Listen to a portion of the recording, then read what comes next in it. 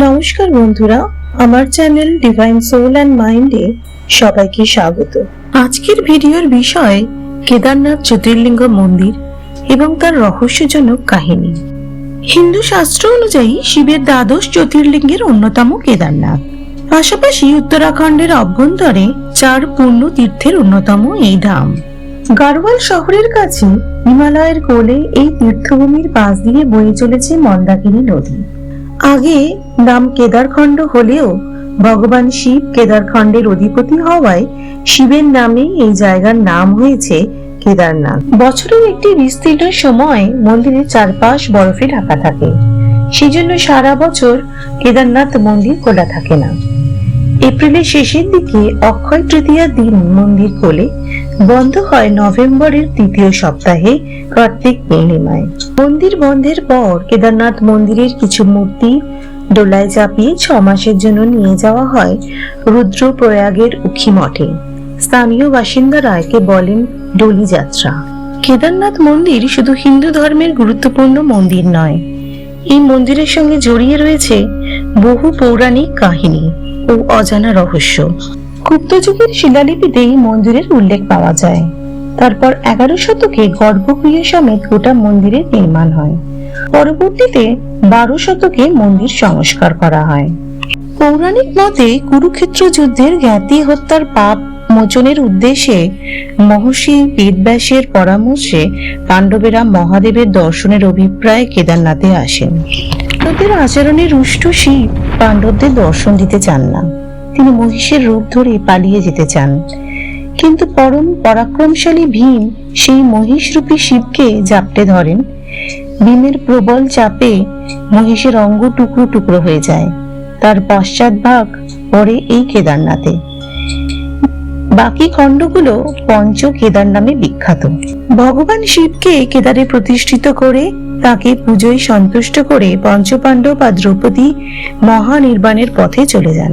কেদারনাথ ছাড়াও বাকি শিবলিঙ্গগুলি হলো তুঙ্গনাথ, রুদ্রনাথ, মঠ মহেশ্বর, কল্পেশ্বর, যা পঞ্চ কেদার নামেও পরিচিত।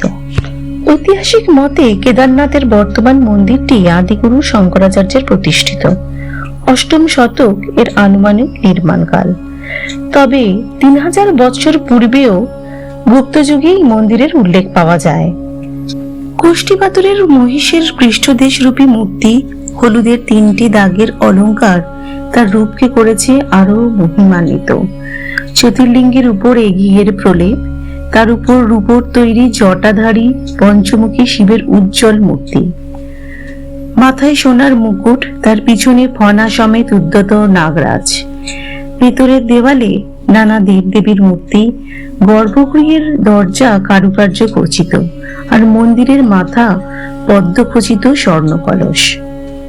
গৌরীকুণ্ড থেকে আরাম চটি, জঙ্গল চটি, রাম চটি, গরুর চটি পেরিয়ে তবেই দর্শন মেলে কেদারনাথের। সকাল ও বিকেলে দর্শনের নির্দিষ্ট সময় আছে, বা প্রাকৃতিক কারণে আর তুষারপাতের কারণে বছরে 6 মাস উখি মঠে কেদারনাথের পুজো অর্চনা হয়। কেদারনাথ নিয়ে অনেক অতিপ্রাকৃত গল্প লোকের মুখে মুখে ফেরে। অক্ষয় প্রদীপের আলো কোনো দৈব কারণে 6 মাসেও নেবে না, আর শীতকালীন অবকাশ ভেঙে যখন দেবদেবী তার আশ্রয়স্থানে ফেরত আসেন, তার পরনের মালাও যেন থাকে সুতীব্র তাজা। যে কোনো দুর্যোগ বা ধ্বংসলীলায় মন্দির সুরক্ষিত এবং অবিনশ্বর। 2013 সালে বিধ্বংসী হরপা বানে কেদারনাথ মন্দির সহ শহরের প্রচুর ক্ষতি হয়েছিল। পার্বত্য অঞ্চলে বিধ্বংসী ভূমিধস ও বন্যার শিকার হলেও পাহাড় থেকে বিশাল পাথর নেমে আসা সত্ত্বেও মন্দিরটির কোনো রকম ক্ষতি হয়নি।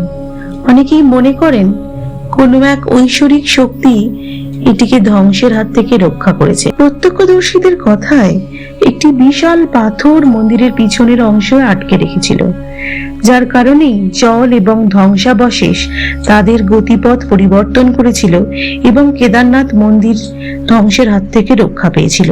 এই মন্দিরের অভিভাবক হলেন ভগবান ভৈরনাথজি। হিমালয়ের প্রকৃতির কোলে অবস্থিত কেদারনাথ মন্দিরটি নাকি তিনি পাহারা দেন। ভগবান ভৈরনাথজি গাড়োয়াল অঞ্চলের একজন অত্যন্ত গুরুত্বপূর্ণ দেবতা। তিনি সুরক্ষা ও ন্যায় বিচারের প্রভু।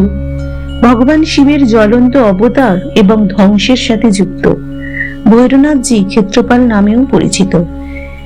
ভৈরবনাথজির মন্দির কেদারনাথ মন্দিরের দক্ষিণে অবস্থিত। ভূতাত্ত্বিকদের মতে কেদারনাথের মন্দিরটির উপর প্রায় 400 বছর ধরে তুষারপাত হয়েছিল। এটি একটি ছোট্ট বরফ যুগ হিসাবেও পরিচিত। দেহরাদুনের হিমালয়ান জিওলজির ওয়াদিয়া ইনস্টিটিউটের বিজ্ঞানীরা বলেছেন, মন্দিরের দেওয়ালের কয়েকটি হলুদ রেখা এই অঞ্চলে হিমশৈলীর দিকে ইঙ্গিত করে। এই প্রতিবেদন অনুসারে মন্দিরটি প্রায় 400 বছর ধরে তুষারপাতের নিচে সুরক্ষিত ছিল। শুধু সুরক্ষিতই ছিল না, বড় ক্ষয়ক্ষতির হাত থেকেও রক্ষা পেয়েছিল। সবচেয়ে আশ্চর্যের বিষয়, 400 বছর ধরে বরফের নিচে থাকা সত্ত্বেও মন্দিরের বিশেষ কোনো ক্ষতি হয়নি। তাই কেদারনাথ তার আপন মহিমা দিয়ে ভক্তদের কাছে এক চিরস্থায়ী জায়গা করে নিয়েছে। এই কেদারনাথ হলো মুক্তির প্রতীক, কষ্টের প্রতীক, সৌন্দর্যের প্রতীক। আমার ভিডিওটি ভালো লেগে থাকলে প্লিজ লাইক, কমেন্ট এবং শেয়ার করবেন। আপনি যদি আমার চ্যানেলে নতুন হয়ে থাকেন তাহলে প্লিজ সাবস্ক্রাইব করবেন এবং পাশে থাকা বেল আইকনটি প্রেস করে দেবেন।